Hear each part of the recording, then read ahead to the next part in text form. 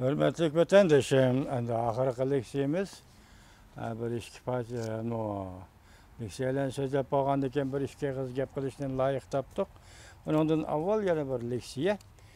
Prezident Trump Jungo'ga ziyoratga berish arifasida ikki partiyaning Avom palata a'zolari Tibet to'g'risida qarornoma o'tirib qo'ydi. Mavzuli xabar 11 ayning 3-kuni Amerika ovozining Xitoy tili programmasi e'lon qilindi. Xabar bundoq boshlandi. Prezident Trump Junguni ziyorat qilgan bir paytda Amerika Qo'shma Shtatlari Avom palatasi Cumhuriyetchilar Demokratlar partiyasidan tashkillangan davlat majlisi a'zolari bir parcha qarornoma o'tirg'i qo'yib, Amerika hukumati Jungo bilan bo'lgan munosabatni bartaraf qilganda, diqqat, Amerika hukumati Jungo bilan bo'lgan munosabatni bartaraf qilganda Tibet masalasiga va Tibet xalqining tortayotgan dardi kulfatlariga e'tibor berishni murojaat qildi.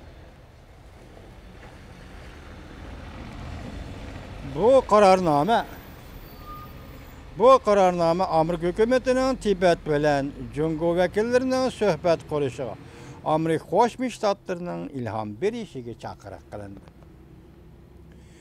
Hamda bu qarorda Tibetda barliq siyosiy mahbuslar va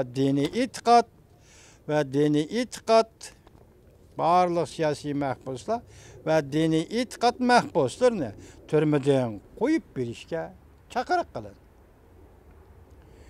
Bu qarornomada Amerika Qo'shma Shtatlarining lihasada ish boshqarish o'rni qurib, Amerika fuqarolarining sayli-sayohatiga hamkorlashib, hamda Tibetning siyosiy madaniyat va iqtisod holatlariga ko'z ochishga yordam berishni umid qildi. Bir parcha qarornoma e'lon qilindi. Yani Prezident Trumpning qo'liga yo'llandi degan.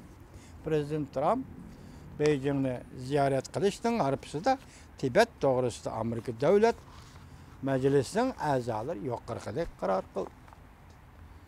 Uyg'urlar masalasi qilib qoldimi deb nagizar bo'lmang vatandoshim, shunday kelyapti. 27-kuni Amerika davlat majlisida maxsus Uyg'urlar to'g'risida guvohlik yig'ini o'tkazildi.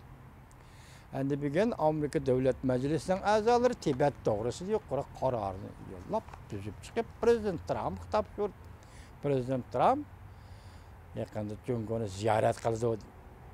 Endi bu yerda gapning o'zi nima desangiz, biz yuqorida ko'rsatib o'tdik. Hozir Prezident Trumpning Beijingni ziyorat qilishiga dunyo diqqat qilyapti deganda, zodi bu ziyorat jarayonini boshlaydi-ku. Prezident Trump Rais Xi Jinpingga besim ishlatamdi. Taqobil turishdan chorasini olib chiqamdi. Yoki qattiq qo'l deb qaralayotgan Rais Xi Jinping Prezident Trumpning bu qatimqi ziyoratiga qanday maydon qo'llanadi? Hozir tahlilchilar Prezident Trump Junguni ziyorat qilishdan burun 3 dona Amatkent, Hind okean va Tinch okean yoki Chavshan yerim orolning atrofiga qo'yib turib, andin Junguni ziyorat qilyapti. Yani ko'plagan tahlilchilar yaqin tungundan boshlab ikki parcha maqola kelib turdi. Rais Xi Jinping qaysi bir o'rindagi harbiy ishlar bazasini ko'zdan kechirdi. Harbiy kiyim kiydi. Bu endi suhbatga qattiq qo'lliq bilan tayyorlik qilayotganlikdir. Buning ustiga hozir aytamiz, Prezident Trumpning qizi Ivanka Trump esinglarda bor, sizlarga leksiya qilib so'zildik.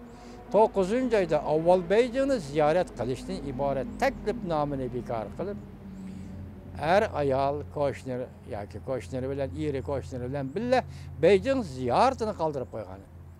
Bu qatim yana 11-ayning 8-kuni Beijingga ziyorat borgan Prezident Trump, dadasi Trump bilan birga Beijingni ziyorat qilish qarorim bor. Biroq bu qatim Ivanka Trump, bu xonim Prezident Trump bilan birga Beijingga ziyoratini amaldan qoldirib, Yaponiyaga berib xalqaro ayollar qurultayiga qatnashib, shu yerdan qaytib Amerikaga qaytib kelganligini oshkorladi.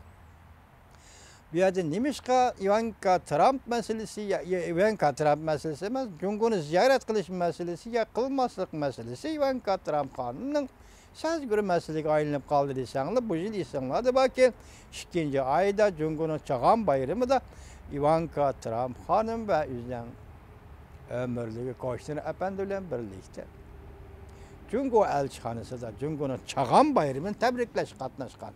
Vaqtda dal 1-ay 12-ayning 10-kunidan boshlab Prezident Trump o'tirib qo'ygan nima bir Jungo siyosati degan. Biz bu siyosatdan gumon qilamiz, qayta qarab chiqamiz degan gap o'tirg'i chiqib, Jungo Amerika munosabati tavrinish kirgan bir vaqt edi. Keskinlashib ketgan bir vaqt edi.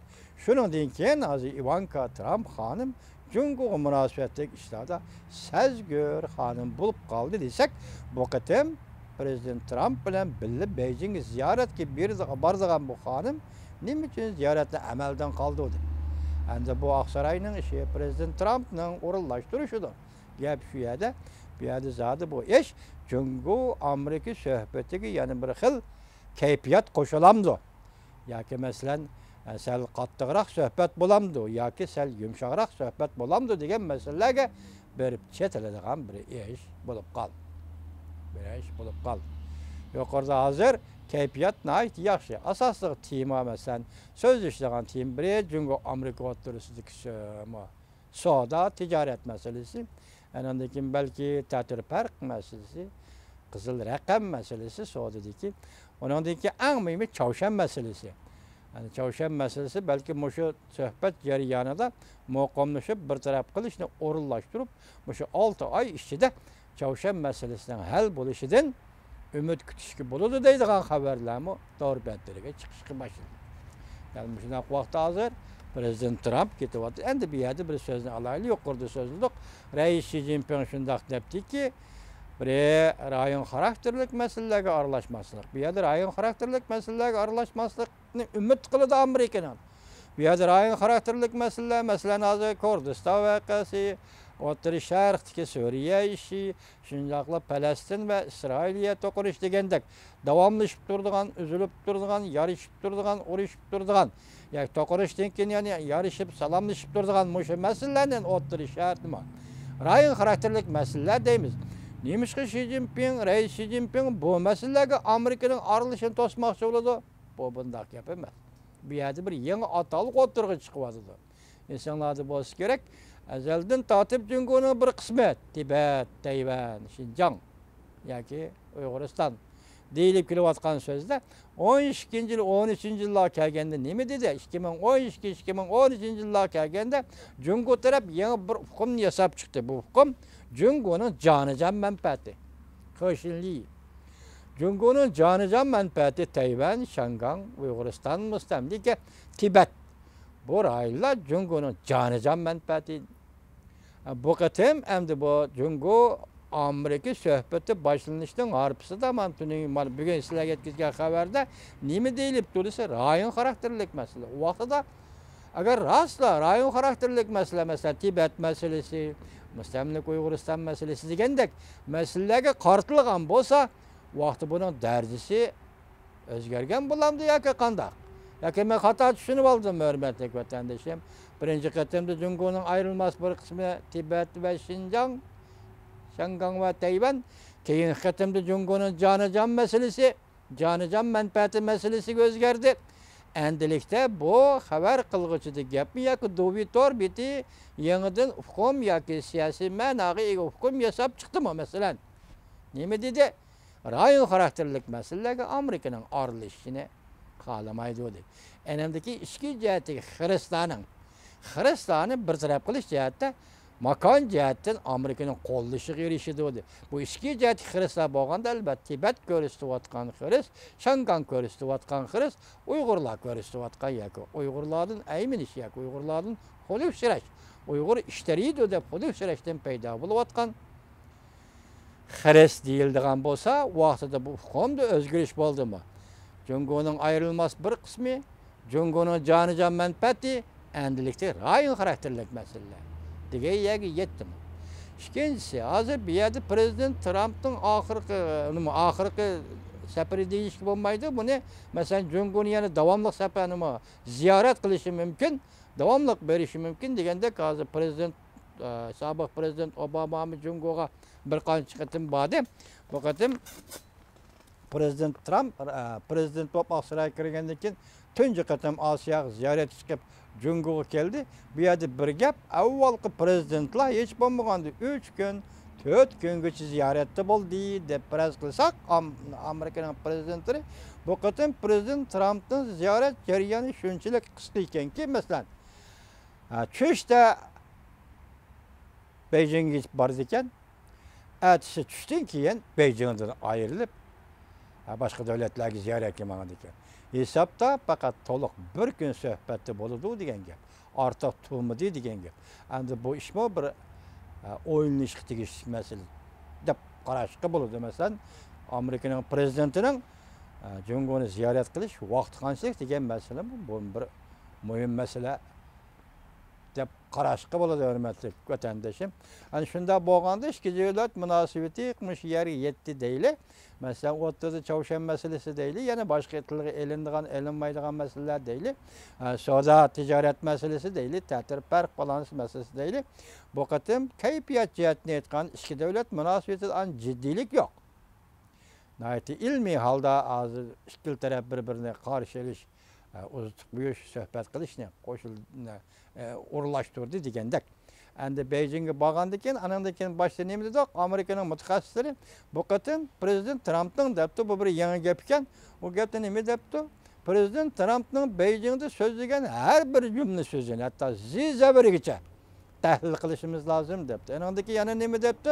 Bu qatim prezident Trumpning Osiyo siyosati, Jungo siyosatini qaytadan yasab chiqadigan payti deydi. Bu nati cho'ng gap aqaylar. Endi Jungo siyosatini qaytadan tuzdi degan gap. Aralaqda biz sizlarga nima dedik? Masalan, Amerika Qo'shma Shtatlarining davlat ishlar katibi rakistilarisin Hindistonni ziyorat qildi. Hindiston bilan bir asrlik strategik hamkorlik munosabati o'rnatish o'ttirig'i chiqdi. Shundaqla Hindistonga davlat ishlar katibi rakistilarisin, undan keyin davlat mudofaa ministri James Mattis qatorliqlar ziyoratga bordi va cho'ng ishlarni hal qilgandek qaytib keldi. Gap